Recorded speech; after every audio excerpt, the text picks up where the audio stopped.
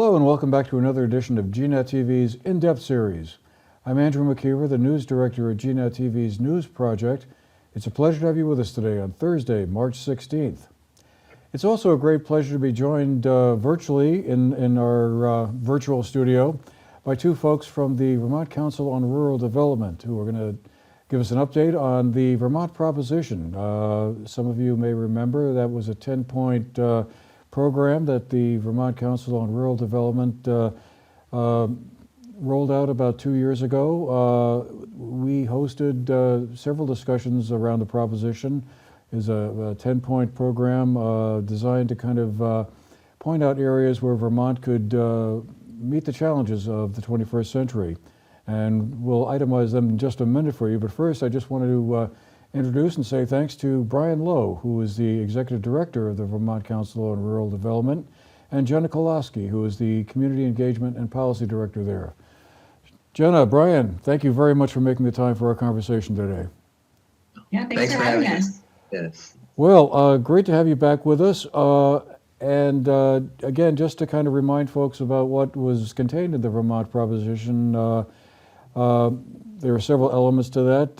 One of them was that Vermont would ensure affordable high-speed broadband and cellular service for all Vermonters, and Vermont would combat racism and celebrate our diversity today. Vermont would advance creative solutions to climate change, reduce economic disparities and address poverty, and promote opportunities and prosperity for all Vermonters.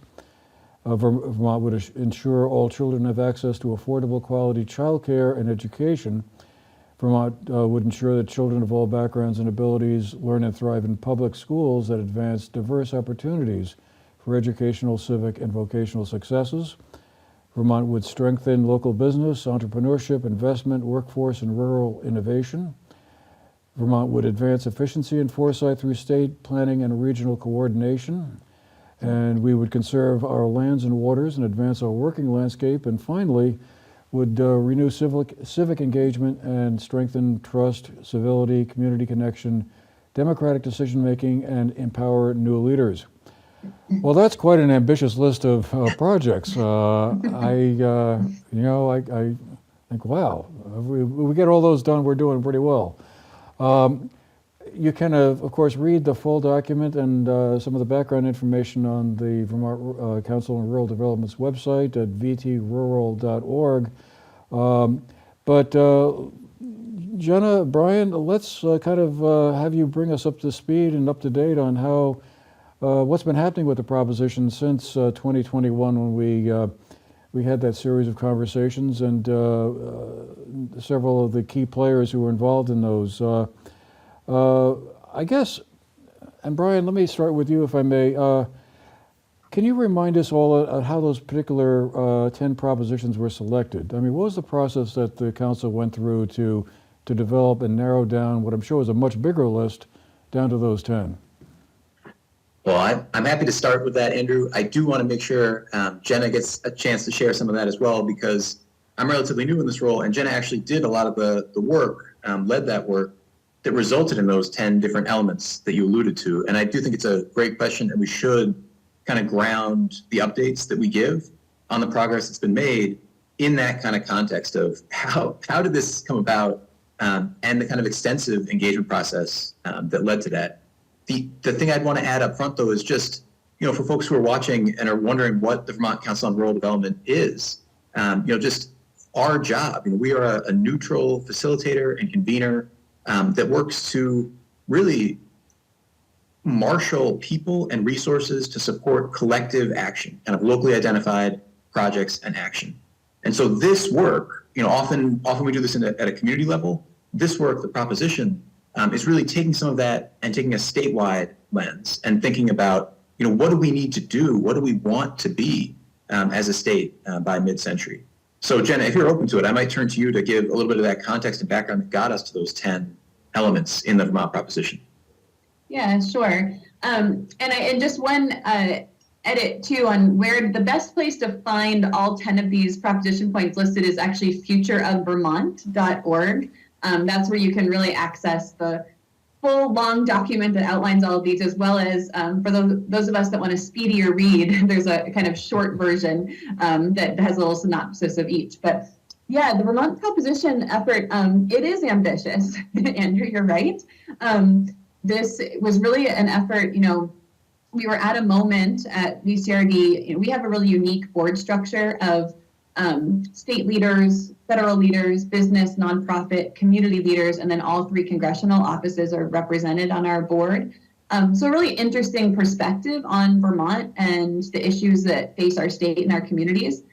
And every once in a while, they see these kind of big picture issues coming their way and add them up and bring together kind of policy conversations on issues that impact rural Vermont. In this case, we were really at an interesting moment in our state, thinking back to 2020, and we were all facing this incredible global challenge of the pandemic.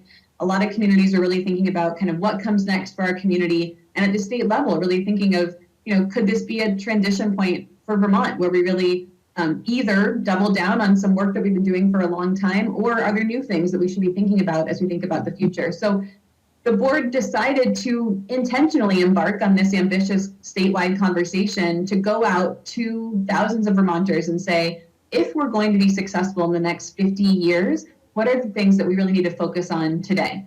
So those 10 points that you just listed, that was the result of this engagement process. And a kind of quick run through of how we got there is essentially we built a list based on our 20 years of experience facilitating community conversations, doing COVID recovery forums in every region of the state virtually, and also doing a series of interviews. We kind of drafted these points based on what we had heard, and then we put them out there. We held interviews, we held forums, we did a survey that elicited thousands of responses. So in the end, ended up hearing from about 4,000 Vermonters, really did some interesting reading, sifting through all of that input. And then adjusted and edited and changed based on what we heard. And so these 10 points are the result of that input from those 4,000 people that we heard from. So what has been the progress on those, or how have you been able to measure it? What are the metrics that are involved here to say, well, we've made headway on proposition number 4 here, but not so much on number 7? Great question. And I think I'll give you a 2-part answer to that first piece. We through the process that Jenna outlined, have all this input that results in these 10 different elements. And then the question becomes, how do you advance work either within or across those different elements? And the way the Vermont Council on Rural Development decided to do that was by building a new group called the Future Vermont Action Team. It's a group of some very well-known, very established leaders in the state, some new voices. It's a really diverse group drawn from all parts of the state with different perspectives. And that group worked through a lot of that input, that feedback, and that kind of final proposition for the future of Vermont, and came up with 3 different significant projects that cut across some of those different elements. One of those projects, Andrew, is absolutely on point with the question you're asking about how do you know if you're making progress, right? And one of the projects is called the scorecard, or we call it the scorecard. And basically, through that team, they developed metrics for each element of that scorecard and charged us to go out in partnership with Vermont Futures, which is a kind of data gathering organization run through the Vermont Chamber, to pull together key metrics that we could look at year after year to see what's working and what's not, across the state, across those 10 domains. And, our job with this scorecard is to find areas where there is progress and celebrate those, right? Like, note this progress is happening. Find areas where we aren't seeing much progress and try and bring more resources to bear, more attention to bear on those challenges. And so the first draft of the scorecard is nearly done. We're bringing it back to that action team in about a week for their feedback. And our hope is to release that publicly in the summer, right after the legislative session is over, when we can add some feedback from that session. So yeah, we have a very structured way to look at potential progress over time with the kind of baseline report this year, and then ideally annually looking at progress over time across those 10 different proposition elements.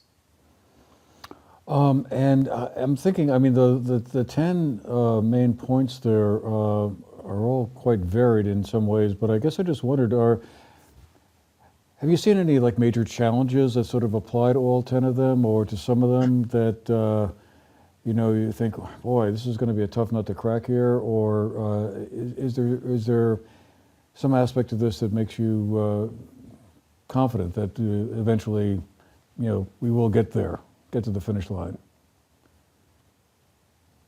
That is a great question. I think I'll start, and Jenna, I don't want to speak for you on this one. I would say that one thing, particularly from being kind of deeply engrossed in the scorecard project for a while now, it gives you a sense of the scale of dynamic projects underway in Vermont, right? You think about climate and some of the challenges that climate change poses, and you see kind of enormous effort and resources going into projects that make communities more resilient, that save money in communities, that help mitigate some climate impacts. You think about broadband and the broadband build out, right? I think, I don't know the precise number, but it's hundreds of millions of dollars are being invested in what is really kind of, in some ways, a remarkable community-driven process, right? Like a lot of communities are banding together in what are known as communication union districts, and they are helping define and drive the build out of broadband access across towns. So I wouldn't say confident is the right word. I can't say that word. I can say optimistic about a lot of the changes that we see across domains. I don't think it takes away the daunting scale of the challenges that each of those different proposition elements represents, but it is inspiring to see some of the work happening across each of those different domains. The last thing I'd add is that a lot of those things are also cross-cutting. Like if you think about, questions about maybe efforts to reduce energy consumption in farm and forest businesses, you're talking there about kind of the health of the working landscape in Vermont, you're talking about economic opportunity, and you're talking about climate resiliency.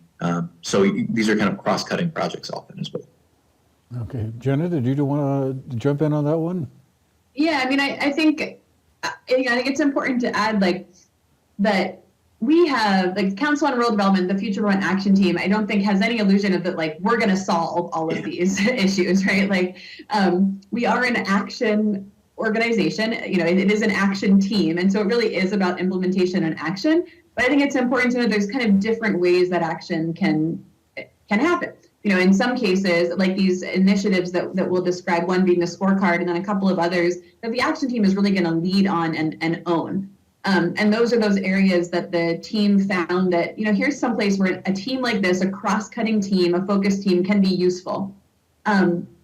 Other areas, as Brian's saying, are really areas where there may already be leadership happening. I think childcare is a really good example. We don't think we're going to come in and solve childcare. What we know is that there are excellent, organizations, efforts underway to address that aspect of the proposition, and we can support and we can champion and we can advocate on their behalf. But we don't, we're not going to solve it all. But there is some unique value that the action team can bring, and Brian was describing this a bit, that they can look at initiatives, one, where this diverse group of leaders and organizations can be useful in coming together in support of something, and two, where when looking at these 10 issues together, where can they add things up and work on issues that could have a transformational impact when brought together. And so that we're kind of uniquely positioned to look across those issues and then bring in resources or advocate for policies as needed to advance action in those areas. But it's a collective effort for sure. Oh, I'm sure, yeah. As I was looking through the list earlier this week, preparing for this conversation, one of the things that struck me was there was no proposition around housing. And I found myself thinking that if we were assembling a similar list this year as opposed to in 2021, there would be some proposition, I would imagine, around Vermonters would all be able to have affordable housing or decent housing. You weren't the only one that noticed that, Andrew. What's that? Something that's certainly something that we heard. I will say, another kind of important point about the proposition elements is when you dig into each one describes the broad issue, but also describes certain important levers within that issue that if we really, if we pull those levers now, could be successful. And so actually, in that proposition point around economic opportunity and closing the opportunity gap, housing is actually embedded in there as one of those important levers. So when you look at, equity in the state, when you look at the opportunity for people to build assets and build economic assets, and then housing is really a critical tool in that toolbox. And so while it's not a proposition on its own, it's certainly recognized. But you're right. Perhaps, a couple years later, when we look back at this proposition, there may be things that change and are emphasized over time based on what we're experiencing in the state. Yeah, it's just that it's definitely topic A, at least down here in Bennington County, and I'm sure across the state for that matter. Well, let's move on then and talk about these three significant projects you folks have developed for this coming year. We've already talked a little bit about the proposition scorecard, although I'm sure there's much more to discuss. But you're also planning to launch a Vermont Youth Opportunity Initiative to bring together youth, community, and expert voices from across the state to identify strategies to advance youth opportunity, engagement, and aspirations in towns across the state. And then also convene farmers, foresters, and other experts involved in natural and working lands into exploring new partnerships related to payment for ecosystem services systems. I wondered if each of you could talk a little bit about all three of those points. And maybe we could start with having you tell me, what is ecosystem services systems? I don't think I've ever heard of that one before. Hey, thanks, Jenna. So payment for ecosystem services. So the concept here is that different land stewards can make choices about how they manage their lands in ways that have or could create different kinds of benefits, right? And so to make it not abstract, how you manage farmland or forest land can have impacts on things like water quality. It can have impacts on things like carbon sequestration, right? And a payment for ecosystem services system is a way in which those land stewards are compensated for the choices that they are making that are producing these kind of broader community benefits, right? So you want, in one kind of abstract theory, you want a land steward, a farmer or a forest or a logger to make choices that have, kind of positive impacts on the communities around them. Payment for ecosystem services is trying to create that incentive structure, right? It's really complicated. There's a lot of ways you could create that structure. There are a lot of questions about how it's designed, who benefits, does the land steward actually benefit? How do you measure it? How do you track it, right? And so it's a complicated space. It is also potentially a way to encourage economic development in different areas of the state as well. And so part of our job here is in this emerging space, in this new system, the action team has decided that our value as a group, their value as a group, is really in that kind of public education space. They want to look at a number of demonstration projects that have been set up across the state and learn what's working and what is not when it comes to these demonstration projects, right? Like if there's a project that is focused on carbon sequestration on forest land, what are the ways in which that project is producing public value? What are the challenges to that project? And are there lessons to be drawn from that work? So it is a complicated space and a kind of space that is growing in importance. And when you look to the future, it really cuts across a number of those different proposition elements: equity, economic opportunity, working lands, climate change. And so that is a project that I'd say is nascent within the action team and something that they're devoting a lot of time and resources to in the coming months and year. So is there going to be like a formal conference somewhere, someplace where farmers and foresters and other experts in natural and working lands would gather together and have face-to-face conversations, or? Well, let me give you a partial answer to that question, Andrew. I think part of our work is we convened a number of experts from around the state in the kind of farm and forestry sectors, and people who work in sectors that aren't farm or forest but are still kind of natural landscape sectors, and learn from them kind of what did they see as experts in this field, some of the major needs.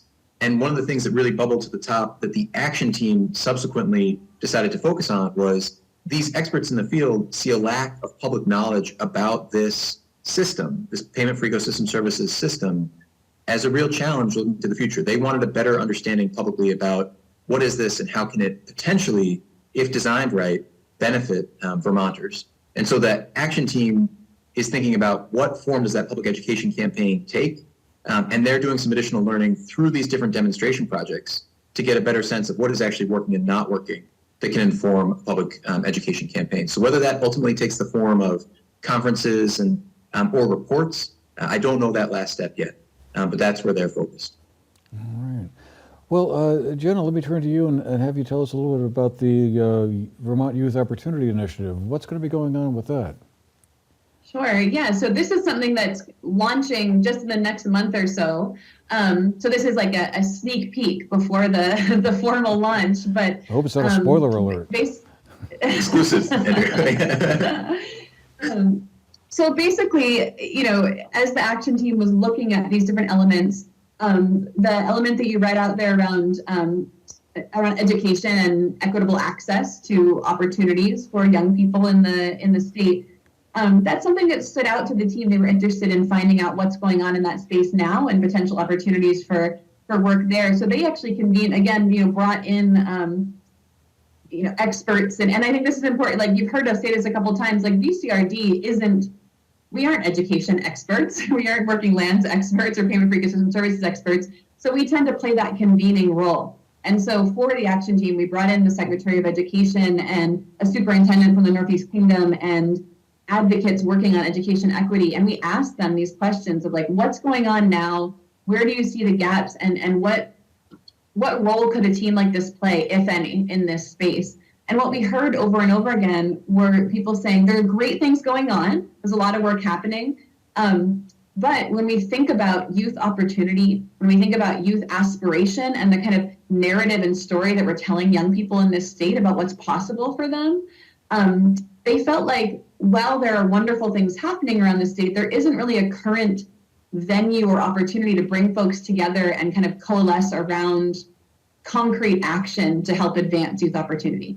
And so that's a space that the action team really said, we're hearing all these different ideas for youth opportunity. We're hearing about community schools models. We're hearing about the importance of addressing equity challenges in our schools. We're hearing about workforce challenges.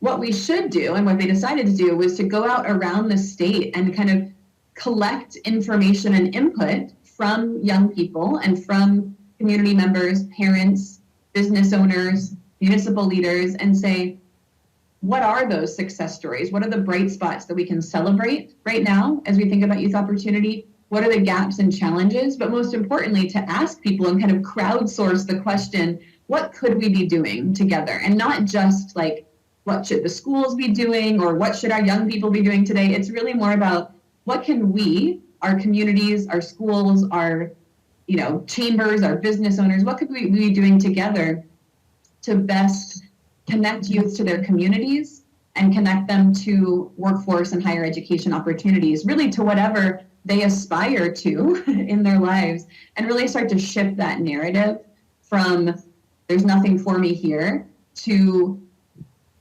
one of endless opportunity and aspiration for our young people. And so we're really embarking on this engagement process in the next month.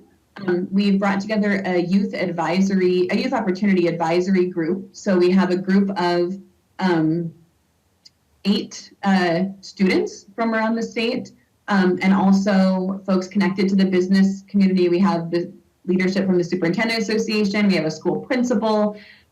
We have a couple of education advocates, youth service providers. So we really looked at stakeholders from different angles of this issue. And they'll be guiding this process over the next year to collect input. We'll hold forums in every region of the state. We'll hold youth forums in every region of the state, co-facilitated by our youth advisory group members that are really skilled, trained facilitators through Up for Learning. And we'll do a survey and we'll hold stakeholder interviews and we'll take all of that input, bring it back to the advisory group, and they'll make concrete recommendations back to the action team.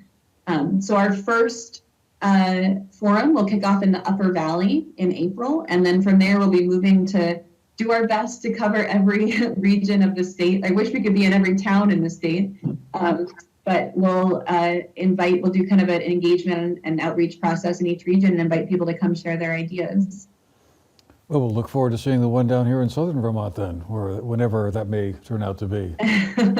Yes, we will certainly be in that region. I just wondered, in the few minutes we have left, one of the things I just wondered, when we did the original program on the 10 points of the proposition back in 2021, the pandemic was still raging furiously at the time. We've kind of reached a point now where, we are all hoping anyway, it's a lot closer to the end than the beginning. But as you look at these 3 new projects you've got underway, and looking back at the 10 points of the proposition, what is your sense of how the pandemic impacted all of that, or is impacting, in particular, the 3 new projects?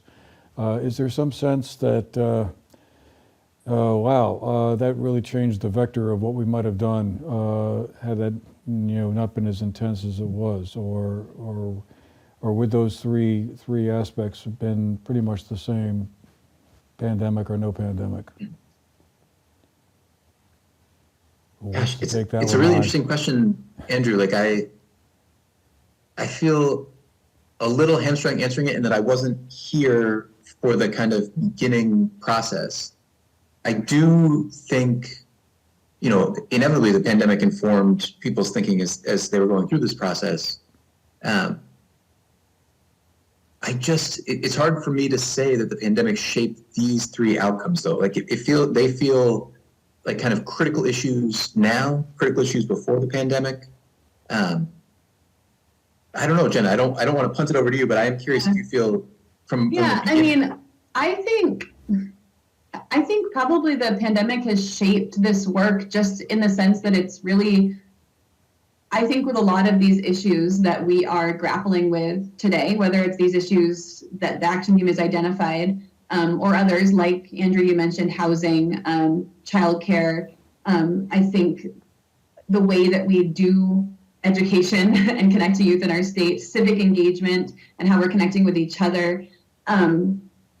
I think that these are issues that have always existed. Like we probably could have built this list of 10 or this list of 3 5 years ago, and some of them would still be there. But I do think that the pandemic has allowed them to rise to the top a little bit of our awareness. Like I think that we have, through going through this challenge together, there's been certain challenges that have really risen to the top and kind of sipped it off, and people have, I hope, maybe I'm being too naive and optimistic, I hope it's led us to this point where there's some real opportunity to get to work and take action on them. Like I wonder, would we be as far as we are on broadband today?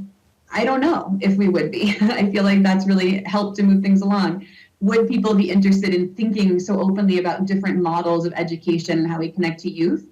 Maybe, but maybe that's really become more important and more possible, and we're thinking about things in different ways. So I don't know if we would have ended up with different priorities, but I do think we're working in a different environment because of it.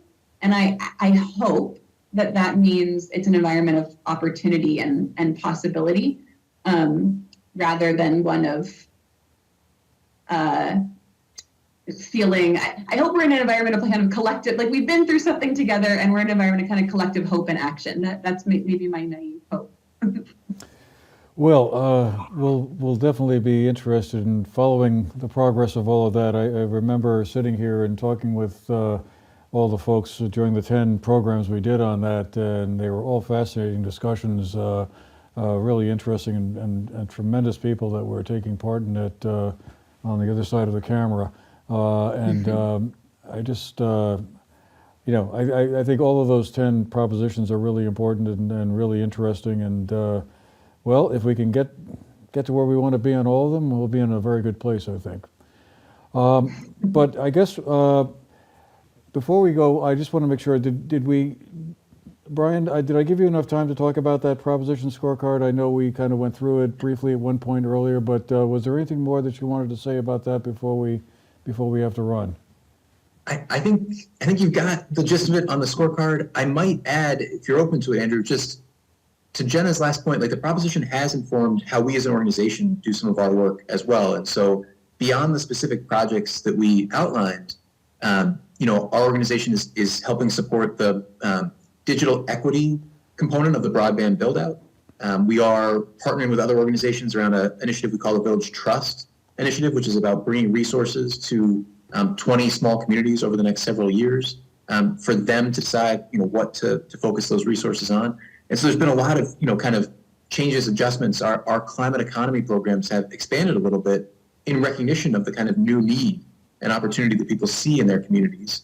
So I do think that in addition to these three elements the action team has highlighted, we as an organization are really trying to internalize and act on the feedback that we received through the Vermont Proposition. All right. Well, we'll leave it there for today, and I'm sure we'll come back and have an opportunity to revisit them again later. But I just want to thank again Brian Lowe, the Executive Director of the Vermont Council on Rural Development, and Jenna Koloski, Community Engagement and Policy Director for the Council. Thank you both very much again for making the time for this conversation. Really appreciate that. And to our viewers, I hope you found the program interesting, and well, we'll see you again the next time. Meanwhile, take care.